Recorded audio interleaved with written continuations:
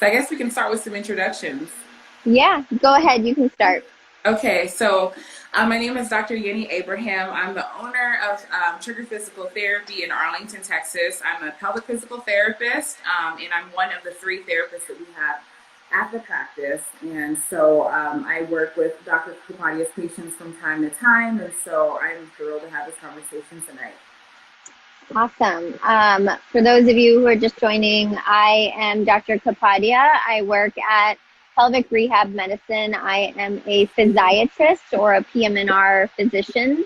Our clinic is located here in Dallas, but as Dr. Yeni said, we work really closely with pelvic floor physical therapists throughout the Dallas DFW area, and she is one of many of the PTs that we love sending our patients to and working with together closely, as you guys will see in today's conversation. So, yeah. So I guess, yeah, go ahead. No, go ahead. So I was going to just kind of start us off because many people, when they hear a physiatrist, they don't really understand your scope and kind of why you have so much purchase over the pelvic pain space. And so I wanted to at least give you an opportunity to kind of explain a little bit about how this is your scope and what kind of you cover when it comes to pelvic pain. Yeah, definitely. So the term physiatrist really often gets mixed up with a bunch of other terms like psychiatrist or psychologist. So we're definitely physiatrist, which is a physical medicine and rehabilitation physician. So I did a 4-year residency in this PM&R field. And what we focus on is really the neuromusculoskeletal aspect of every system in the body, whether it be head to toe, but my specialty is chronic pelvic pain. So we specialize in taking care of the pelvic floor area and the muscles and nerves and ligaments and bones associated with that area of the body. So we take care of a lot of different issues stemming from bowel and bladder issues to sexual dysfunction, to pain in the tailbone. It can be related to pregnancy. We take care of men and women. So we really cover a variety of different pelvic floor issues that stem from two different kinds of pelvic floor, conditions as an umbrella, which can include tightness of the pelvic floor, which is called pelvic floor hypertonia.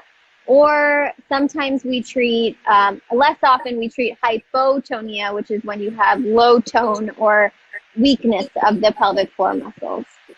Absolutely. And already right off the bat, you're explaining a little bit about what I kind of wanted to touch on tonight is people knowing the difference, right? So sometimes whenever people think of pelvic pain or pelvic issues, they think of, oh, I just need to get tighter, or I just need to be looser. Right. So they'll do their Kegels and they think, oh, if I can just do enough Kegels, I'll get all the strength I need and I'll be fine. But as we know in both of our scopes is that, things are often attributed to hypertonic, issues. And so because of excessive tightness, you can have pelvic pain, chronic pelvic pain issues with bowel and bladder as well, as issues with your cycle. So it cascades even into sexual function as well. And so Dr. Kapadia already noted that, in pelvic rehab medicine, I love that they're really gung-ho about making sure that their patients are seeing pelvic physical therapists. And so I'll just quickly do my 2 cents about pelvic PT.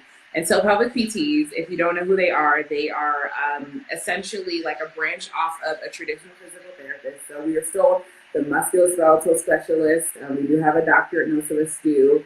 And we venture and specialize into the conditions that have to do with pooping, peeing, sexual function, and sometimes issues related to like gynecological problems. And so sometimes what happens is people come into their office and they're having urinary leakage, and then we find out they're actually having issues with intercourse. It's chronic in nature. It can be also related, like you mentioned, to a sports injury or even like tailbone problems. And you don't have to be a woman to have pelvic pain. All genders have pelvic pain. And so right off the bat, somebody says, if PN is a diagnosis and internal work is being done in external ways, is external always done as well? How long does it take to heal, and can it heal? All right. let's get right into it. Go for it. Yeah, so that's a good question. So for those of you who don't know, PN is pudendal neuralgia, and the pudendal nerve is one of the biggest nerves of your pelvic floor. So it comes from your lower spine, the sacral spine, but it branches off into different branches and kind of goes and covers different realms of the pelvic floor, everything from bowel, bladder to sexual function, as Dr. Yeni was saying. So in regards to your question, whenever I refer to pelvic floor physical therapists, I always recommend that the patient gets a combination of internal and external work. And this is for a couple of reasons, but the biggest reason is, again, your pelvic floor is not just one muscle or one nerve. It's a combination of all the muscles and nerves and ligaments that go almost from underneath your belly button to your inner thighs, basically. And so when you just focus on one muscle or just internal work, when you have an underlying issue like pudendal neuralgia, you're not going to necessarily tackle the entire root cause of the problem. So you want to make sure that you work on the mobility of your hips and your lower back, your abdomen, your groin area, because the pudendal nerve really traverses or goes through that whole pelvic floor. And so I recommend external and internal work. Now, internal work is a little bit more intimate, obviously, and pelvic floor physical therapy is one of the most intimate fields of pelvic therapy or physical therapy. Yeah, definitely. Yeah, but at the same time, I usually say start out with external work, kind of get comfortable with your therapist, and then work towards that internal work to really release that pudendal nerve. So that's my take. Dr. Yeni can kind of touch more on that because she does both internal and external work. So. Exactly. So a lot of patients are shocked to find out when they see a pelvic provider, pelvic PT, that there's internal work involved. But I think that's usually the crucial missing piece in being able to get, any of the, if there's any scar tissue or myofascial issues going on, we can get directly to the site of the problem. And so internal work is crucial. I think that if you are seeing a pelvic provider that doesn't include that, you're missing out on a huge piece of rehabbing. And so, I see patients all the time that, they've had seen one or two therapists down, years before, and they're like, oh, I never did this. And then I'm like, no. And Dr. Kapadia will tell you, she'll tell us even like, hey, make sure that we're doing these internal work, or we're dilating, or we're accessing that internal space, because it's so crucial in being able to give you the full scope of recovery.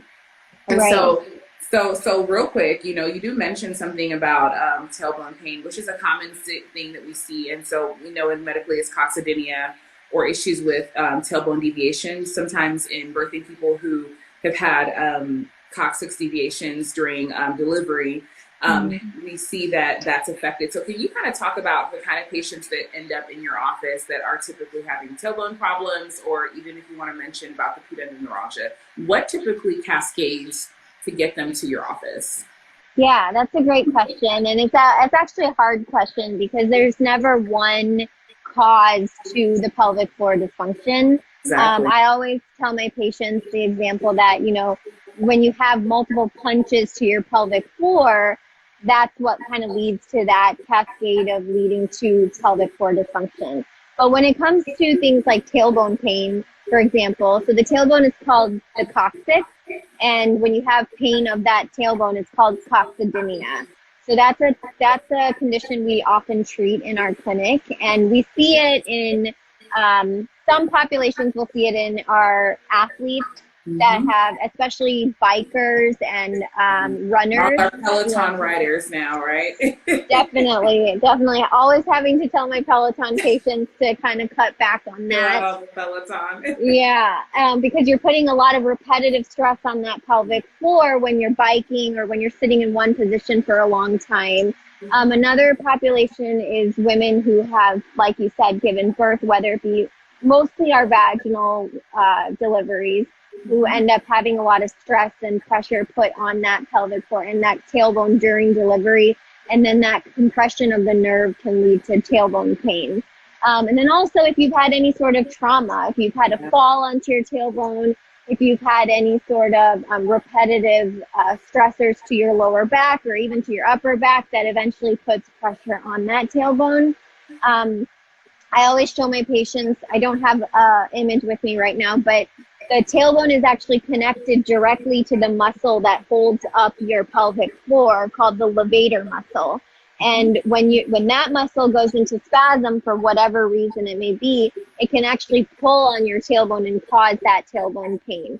And that's why a lot of people with pelvic floor dysfunction have tailbone pain and lower back pain, in addition to bowel, bladder, sexual dysfunction. Yeah. So that's where we're seeing a lot of tailbone patients come in, and we try to kind of hit it from all realms. And again, they require internal and external work because the tailbone is right there close to the rectum.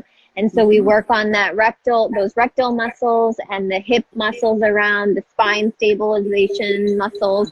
And so we tackle it from all realms when we're treating it. Yeah, absolutely. And I think you bring up the fact that, a lot of people don't realize that it takes us looking at things in different perspectives, because oftentimes pelvic floor dysfunction can be quite complex. And, it's always the chicken before the egg. Was it the trauma, or is it the fact that, now most patients that I'm sure you're seeing are typically on more chronic. And so sometimes it's very difficult to decipher what really caused it. So it's really important that as we work together that we're able to make sure that we're looking at things externally, globally, and also as internally and specific as possible. I think there was a note here that said, my PT is doing internal, rectal, and vaginal, and I have burning from rectal to vulva, tailbone, worse with sitting, bowel movements, and urinating. And my PT is only doing internal, mostly left-sided. Yeah, so this kind of goes back to really educating both the PT and the patient in terms of it's a good balance of internal and external work. So when you have, that burning from the rectum to the vulva, that area is called the perineum. Yeah. And we see a lot of patients with that perineal pain and that perineal burning, which occurs from that being stuck in that chronic pain cycle for so long.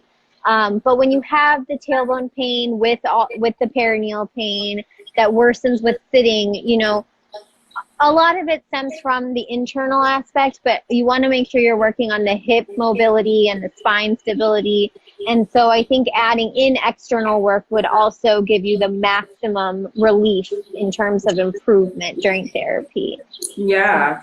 And I think just to note on this is that, when I worked in an outpatient physical therapy clinic and did more ortho, I would see folks that would come in and they'd have this chronic low back pain that would lead into a tailbone issue. And, it was always interesting that, obviously in those days I was very more external, right? Mm-hmm. But as you treat externally, you realize how valuable it is. And then there's just that little bit of legwork to do that internal can do. And so just to clarify, internal is not just done vaginally. It also is done rectally as well. And so when we're talking about accessing the tailbone, that is sometimes in best case scenario, it's done rectally. And so it is quite when we're saying it out loud, it kind of sounds absurd, but it can be very beneficial if your therapist is willing to go there with you and make sure that if they're needing to do any costic deviation, if they need to do any, we have specific tests that we can do to see the excursion of that tailbone and see how far deviated it is. And there's some gentle manipulative techniques that we can also do to make sure that we're not just correcting the position, but we're making sure that the tension relationship of those muscles around that Dr. Kapadia talked about is maintained, and that you're not just, relieved after going, having one session, but we're able to see some sustained results. Yeah, go ahead. I was just going to make one also clarification that, if you go to physical therapy, this is something I always tell my patients is if you've done a lot of physical therapy and you've noticed that you've had some improvement, but you start to notice that, you're still having symptoms, it's not anybody's fault. It's that our bodies tend to plateau at certain points. Yes. And so, that's the point at which we kind of step in and we look at the bigger picture of, all right, physical therapy is a huge component of recovery. It's one of the 3 tiers of our treatment that I always refer to. But sometimes our bodies need a little bit of a kickstart, and that's where we come in, and we'll use different medications or suppositories or relaxants to kind of help ease those muscles and nerves that are so sensitized, and we'll kind of bring it back to baseline. And then you go back to physical therapy and you start excelling again. So sometimes, you know, whether you do internal and external or just internal, you may notice that, you know, you're starting to plateau, and that's okay. That's a normal process because our bodies can only handle so much chronic pain and chronic sensitization. Absolutely. And I love that you say that, because I've even seen in our practice where we've had a patient we started working with, and because I know of pelvic rehab medicine and I know the resource we have in Dallas, I'm quick to say, hey, let's go ahead and refer you to see Dr. Kapadia. And ultimately, I see just a massive improvement as, you know, having that patient go for their first couple of visits and coming back to us and continue. You can already see that desensitizing that patient's pain makes us make leaps and bounds in our ability to rehab. And so sometimes it's kind of like, you know, when you're losing weight and you hit that plateau, it's always that last 10 pounds you're needing either to go into ketosis or whatever you believe, whatever it is that needs to be changed, because you have a pain cycle and the level that your body reaches naturally. Right. I see someone here that says that I know many individuals who have developed specific pelvic floor disorders and dysfunction after using Peloton bikes. Okay, we kind of mentioned that. Okay, we're not. So I always tell my patients, you know, I'm not here to tell you to cut out all your hobbies. And I think Peloton is definitely something that people are passionate about.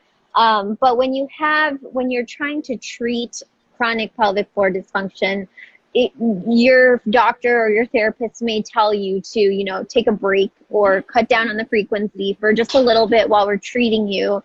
And it's because biking and running puts repetitive stress and trauma on that perineal region. And so it's just causing more tightness and more inflammation. And so, there's obviously solutions. You know, you can use a bigger seat and you can cut down the frequency. I always tell my patients, if you absolutely don't want to cut it out, asking your physical therapist to come up with a good stretching and breathing kind of program that you can do before and after you do that activity. So and I find that what helps oftentimes is because oftentimes what we find is that orthopedically, folks that have struggled with pelvic floor dysfunction end up having a lot of hip flexor tightness and inflammation. And so even if it's just an exercise program, like she said, or a stretching activity, or releasing the trigger points in the hip flexors, can often alleviate some of that inflammatory response to being in that repetitive moment. So that takes out some of that inflammation process that we have. So, but there's tons of ways that we can do it, even if it's reducing the time spent on the bike. But I am a huge component of I believe that, you know, we don't want to completely eliminate your quality of life and the things that you enjoy, but we just want to modify them so that we're able to still make strides and progress, for sure. Exactly. Yes. And then we have someone that mentioned here, can I use a wand successfully with pudendal neuralgia and tailbone pain? Can you please state where and how to use the wand in terms of position and how long? And I believe she's referring to a pelvic wand. Yeah, you can go ahead. I think you guys are excellent in this. So I wish I had my my wands here, or my little toys here. But here, let me just try to give you the best explanation. So a lot of people are familiar with vaginal dilators, and they're probably more commonly known. But if you do deal with pelvic pain, we do have an option called a pelvic wand. And so there's a couple of great companies out there, but we found that there's a couple that we really stick to, and the ones that are typically more curved, where you have an angled position available. So not the straight stick ones. I don't know if you know the ones I'm talking about. You know, there's ones that are completely straight. Those are not the best. Ones that are the best are the ones that are at least curved, because we're able to kind of get into the angles.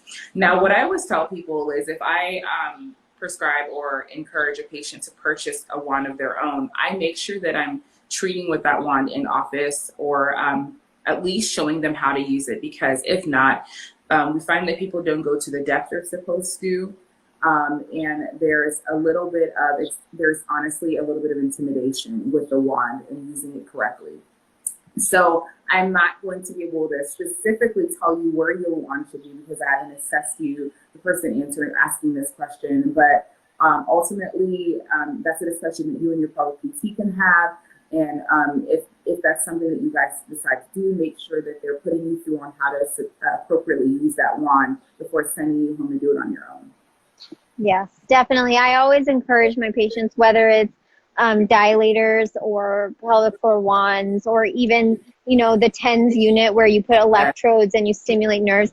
If you have any of those at home, those are great tools, but I would recommend taking it to your therapist, to your sessions once or twice, just to make sure you're doing the right technique. Because as Dr. Yeni said, you don't want to be doing it over and over in the incorrect technique if you want improvement. So absolutely. And so we're at this point where if you definitely have questions, keep asking them. This is a great discussion for sure. But there's an area that I definitely wanted to talk to you about. I had put a poll on our page yesterday, kind of asking folks about how long do they think they need to be able to get better if they're having chronic pelvic pain. And a lot of people fell into two categories. They either fell into however long it takes, or they want to get better within 4 to 6 weeks. And so I wanted to kind of talk to you about what's a realistic time we typically tell people struggling with chronic pelvic pain when they should start to see some major changes. Yeah, so that's the $1 million question, and it's always a tough one to answer, especially when most of the patients we see have been living with this pain for years and years and have seen so many doctors and therapists. So I would love to say that I had a set number of weeks or months, but really it depends on person to person, case to case. Now, here with our treatment protocol between physical therapy and the medications and injections and whatever else we're doing to treat them, I usually say average length of treatment time is anywhere from 3 to 6 months is what we say, to give us that much time to really kind of get to that point of better quality of life where you're not living in constant pain. That's just, side note is I'm not a pain physician, so I always tell my patients my goal is to give you back quality of life. And that may not mean taking your pain from 10 to 0 overnight, but it's being able to do the things you love, exercise, spend time with your family, sit, stand, have sex, go to the bathroom without pain. And so 3 to 6 months is what we usually say to give us to treat you while you're here.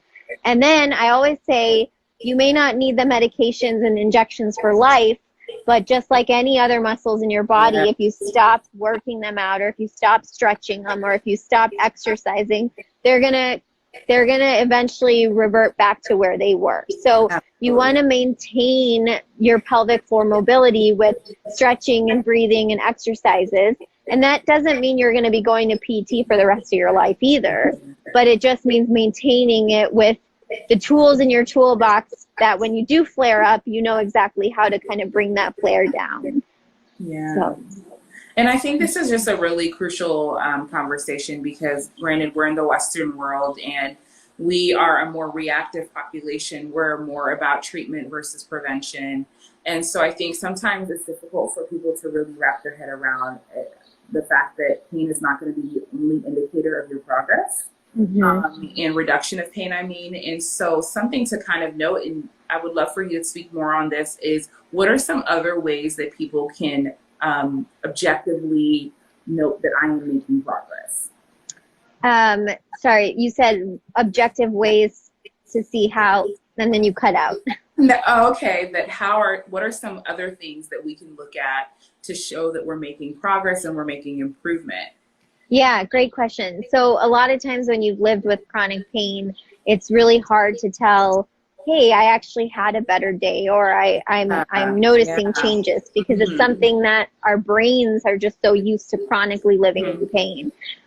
So things I always tell my patients is when I first evaluate them, we do a full evaluation head to toe, and I always write down their biggest complaint. So for many people, it'll be, I feel like I'm peeing all the time, or I can't have intercourse without pain. I can't sit without pain, et cetera, et cetera. So the way we gauge improvement is not by asking, hey, how's your pain? Of course, we do ask pain levels, but more specifically, we ask, so are you able to sit now? Or if you were able to sit for only 2 minutes before, but now you can sit for 10 minutes at a time, that's improvement too.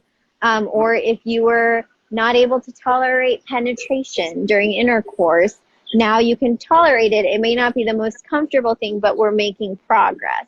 And so we kind of look at each section of the pelvic floor, bowel, bladder, sexual function on a spectrum, and we kind of gauge where you were when you started and where you are now. And so it's not all about just, I feel physical pain, but it's, are your functions getting better? And as a PM&R physician, we focus a lot, mostly on function and quality of life. The F word we love, we always, we're always about function, function, function. And I think you beautifully said it in 3 categories, just kind of a good takeaway for a lot of folks that are listening and wondering, how do I gauge my progress? Is your bowel behavior changing? Is your bladder behavior changing? Is your sexual function changing? Those are our 3 key areas that functionally, we're talking about. But I work with a lot of moms in our office who, the goal is just to get down on the floor with their kids and play. Exactly. The goal is to not have a 30-minute session when they're trying to, pee in the toilet because of the pain and the sensation. And so, let's just work on simplifying what progress looks like, so we're still able to tell our brains to focus on the progress, because working with chronic pain, like she rightfully said, she is a PMR physician, and so she's not necessarily a pain specialist, right? It just so happens to be that she sees a lot of pain. But what that means is that sometimes patients get so focused on getting out of the pain cycle that we're not getting into a function cycle either. And I don't know if you can kind of note to that. Yeah. And I think part of getting out of that pain cycle and sometimes we don't define pain. When we're in pain, we don't define pain correctly. So when we are overstressed and over anxious and we feel discomfort, we may lose track of rationality and we may categorize anything as pain. And this is for any part of the body. It's an autonomic response. Your body has to do that, right? Exactly. And so the goal is not necessarily to say, today I woke up and I had no pain whatsoever, because I think everybody has a little bit of pain anywhere in their bodies on a day-to-day basis. But bringing that function into play, can you do the things you love? Because a lot of times chronic pain takes away from motivation and happiness and just freedom of doing things you want to do.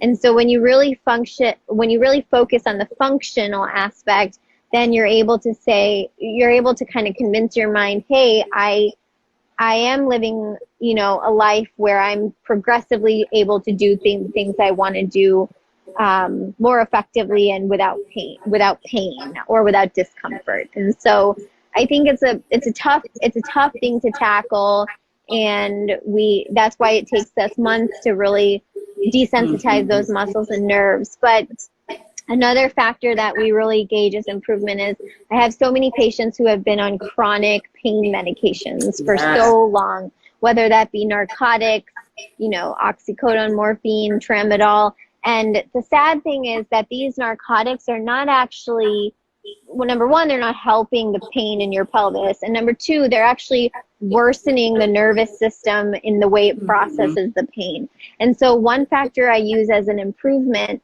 marker is, I've had so many patients been able to come off of those medications gradually through pelvic floor rehabilitation and the treatment that we do. And so that is a great motivating factor, because that shows you that you are improving and you don't rely on these medications on a day-to-day basis. Beautifully said. I love that you brought up the narcotics piece, because that is kind of a taboo subject when we're talking about pain, but it is a reality for a lot of people is that they're living on pain medication to just function.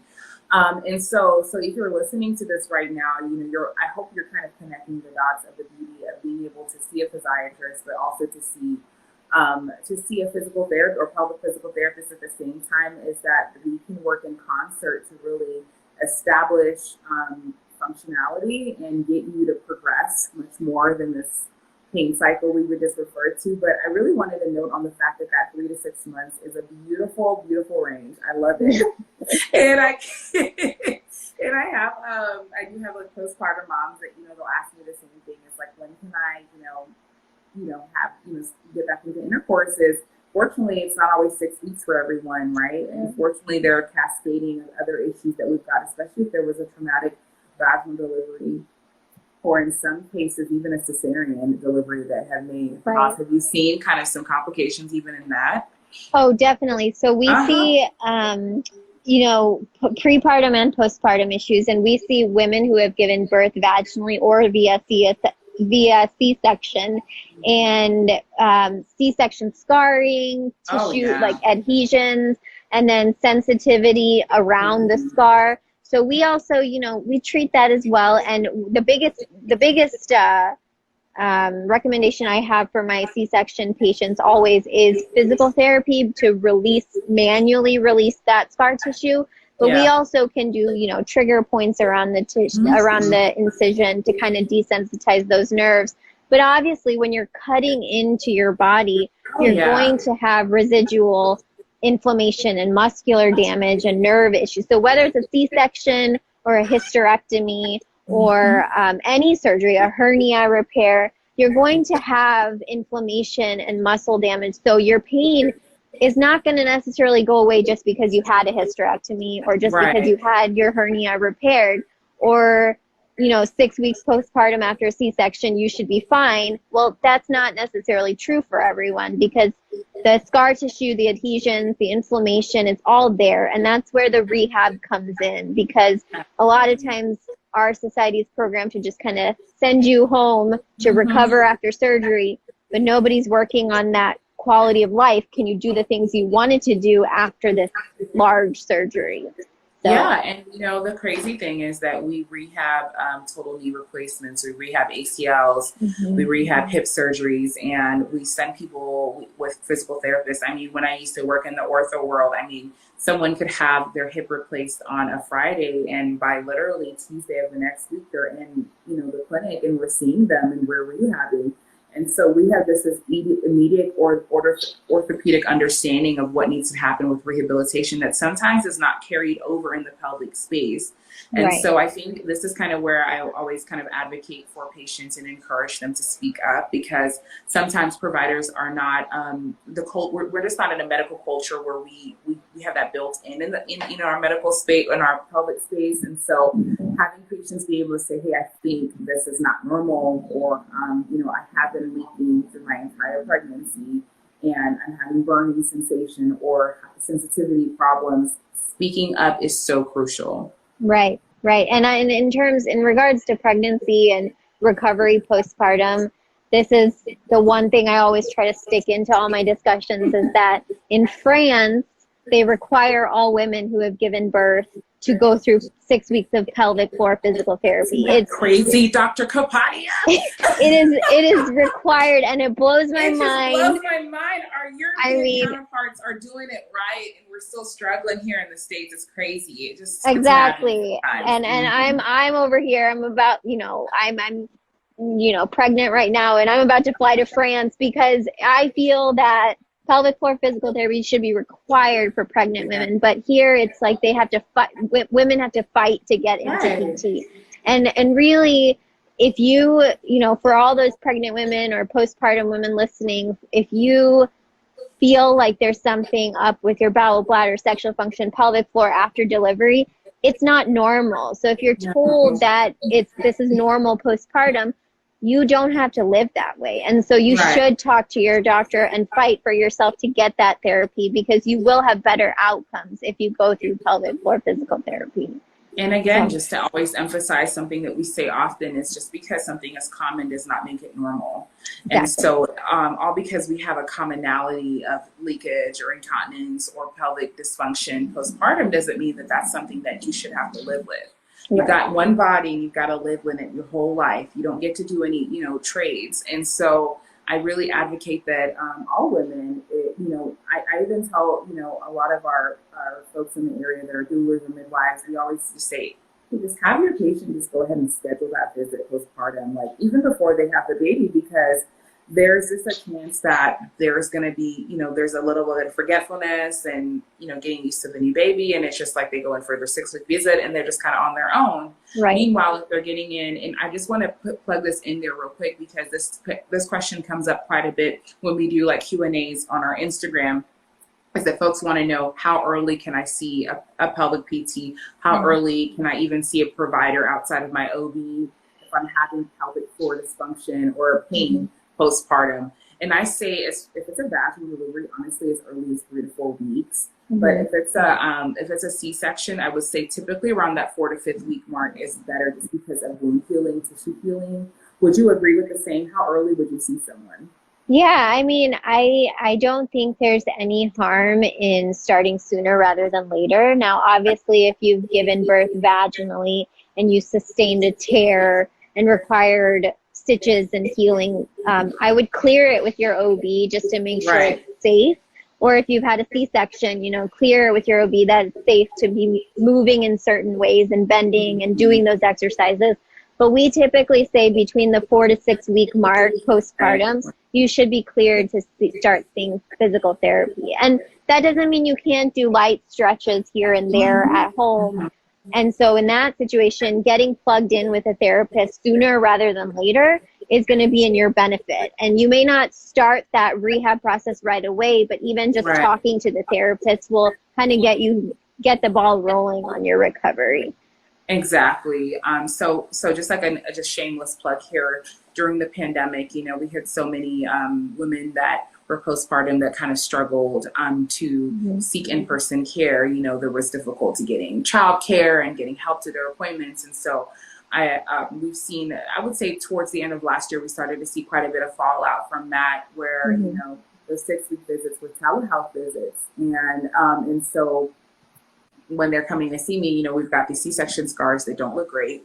We've got a lot of sensitization problems. We've got a lot of bladder issues, especially just because of how close that bladder can sometimes sit in approximation to those scars.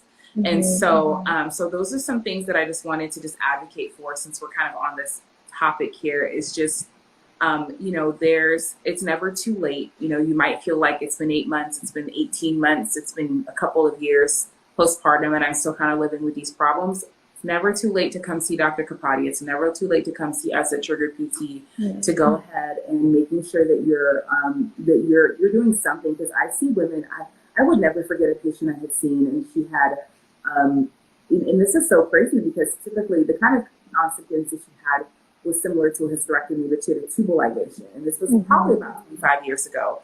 She had all these sensitization problems, Dr. Kapadia. I mean, really, really tough. And she had, hypertonic pelvic floor, and, it caused so many concerns with her, and she was postmenopausal. And, she kind of felt a little bit like, what's the point? But as soon as she started coming, within like 2 sessions, she started to see all these results, and she's like, what? Like, I didn't even know that there was all this, memory, still there, and there was still all this. So progress can be made, y'all. Definitely. And I think that's a huge, huge point, because our society is very instant gratification based. And we look for quick solutions. And unfortunately, when it comes to rehabbing the pelvic floor, whether it's caused by injury or pregnancy or hernias or whatever causes your pelvic floor dysfunction, you're not going to get instant relief. But as Dr. Yeni said, any rehab at any point of your cycle or your journey, you're going to get benefit from doing any sort of rehabilitation. So whether you've been dealing with your pain for 5 years or 2 months or 15 years, if you start that rehabilitation process and you stick to it consistently, rehab will work. It's just a process, and muscles and nerves heal slowly, so you have to stay patient. But I think getting out of that instant gratification or that instant relief mindset really helps rehab to become more effective, and you believe in it more. So absolutely, I love it. yeah. Well, this was great. I'm happy Yeah. able to do this. If there are no more questions, I kind of just wanted you to, for us to just kind of wrap up and just speak to more of where we practice, what we're doing, and how we can kind of provide some care to patients. Yeah, definitely. So, as I said, I work at Pelvic Rehab Medicine in Dallas, and I work closely with all the pelvic floor physical therapists around the Dallas DFW area. And we've been so lucky to have Dr. Yeni where she is, because I think having a pelvic floor physical therapist that's passionate about this is really key to recovering also.